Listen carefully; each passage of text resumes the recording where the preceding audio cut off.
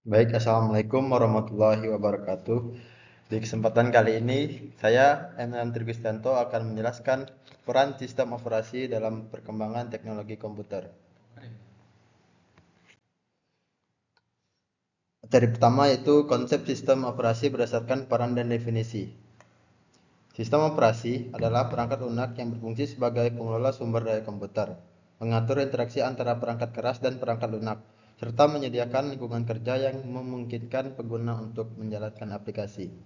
Adapun peran sistem operasi dalam teknologi komputer yakni yang pertama sebagai manajemen sumber daya, manajemen perangkat, manajemen file, keamanan dan akses antar muka pengguna, penanganan kesalahan, dan yang terakhir manajemen jaringan.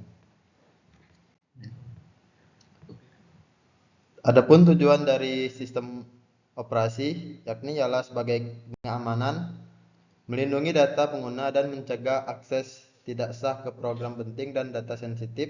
Yang kedua, kontrol atas kinerja sistem, yaitu memantau kesehatan sistem untuk meningkatkan kinerja dan responsivitas. Yang ketiga, akuntansi pekerjaan, yakni melacak waktu dan sumber daya yang digunakan oleh aplikasi dan pengguna. Yang keempat, pendeteksi kesalahan, yakni mendeteksi dan menangani kesalahan untuk mencegah kegagalan sistem.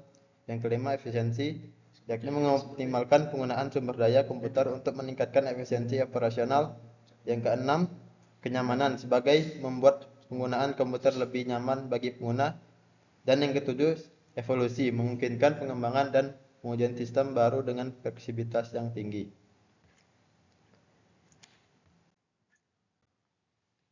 Adapun juga jenis-jenis sistem operasi berdasarkan kategori tujuan. Yang pertama, sistem operasi standalone. Tujuannya adalah digunakan untuk komputer pribadi, dapat berdiri sendiri dan mendukung pengguna tunggal atau multi pengguna. Contohnya pada Windows, macOS, dan Linux. Yang kedua, sistem operasi jaringan. Bertujuan dirancang untuk mengelola jaringan, memungkinkan berbagai sumber daya seperti file dan printer. Contoh Windows Server dan Linux Server. Yang ketiga, sistem operasi embedded, yang bertujuan sebagai ditanamkan dalam perangkat tertentu untuk melakukan fungsi spesifik seperti pada perangkat IoT. Contoh sistem operasi pada router dan mesin ATM. Yang keempat, sistem operasi real time, yang bertujuan yang digunakan dalam aplikasi memerlukan respon waktu nyata seperti dalam industri manufaktur atau kontrol proses. Contohnya VxWorks dan KNX. Yang kelima, sistem operasi mobile, dirancang untuk merangkat seluler seperti smartphone dan tablet, contohnya Android dan iOS. Jenis-jenis sistem operasi berdasarkan arsitektur. Yang pertama, sistem monolitik, yakni sistem operasi ini memiliki kernel tunggal yang besar dan menyediakan semua layanan sistem operasi. Contohnya pada Linux, Windows NT atau sebagian. Yang kedua, sistem berlapis, layered system.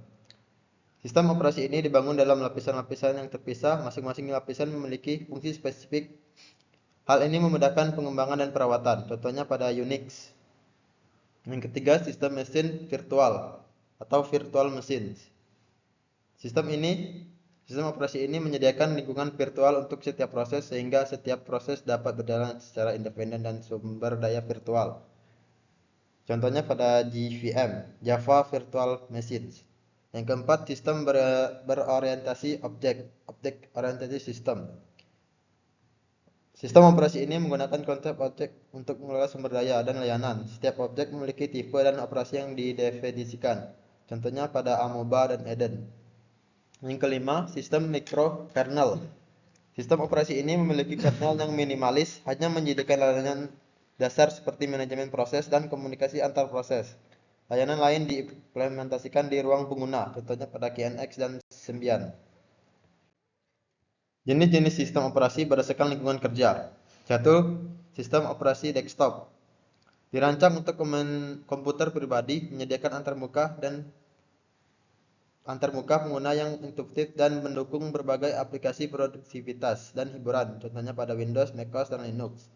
Yang kedua, sistem operasi mobile, khusus untuk perangkat seluler seperti smartphone dan tablet, contohnya pada Android dan iOS.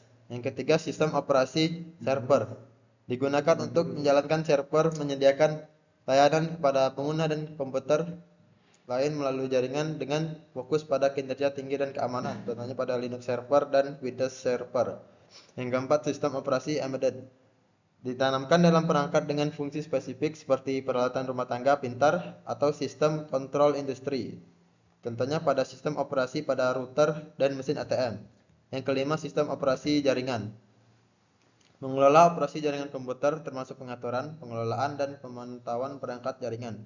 Contohnya pada Windows Server dengan fitur jaringan dan Linux dengan konfigurasi jaringan. Adapun juga sejarah sistem operasi dari masa ke masa.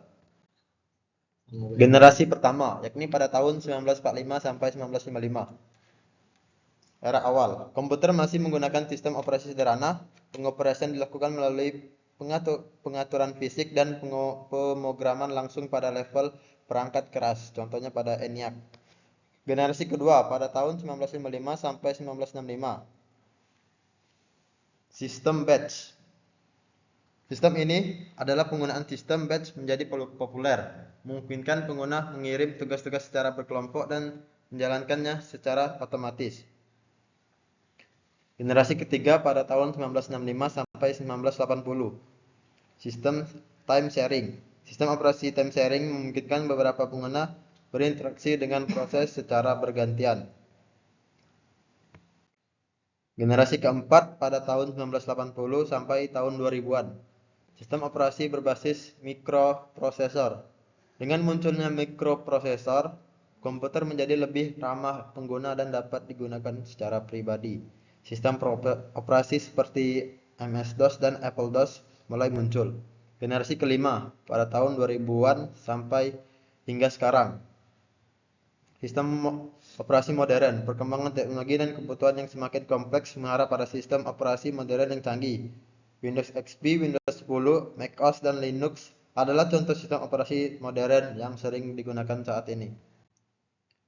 Baiklah, itulah materi yang dapat saya sampaikan. Adapun juga kesimpulan dari materi ini yakni sistem operasi memainkan peran sentral dalam perkembangan teknologi komputer dengan berfungsi sebagai pengelola sumber daya komputer, penghubung antara perangkat keras dan perangkat lunak, serta penyedia lingkungan kerja bagi aplikasi.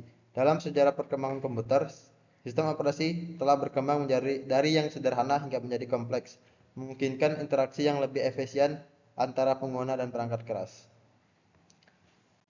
Baik, saya akhiri. Wassalamualaikum warahmatullahi wabarakatuh.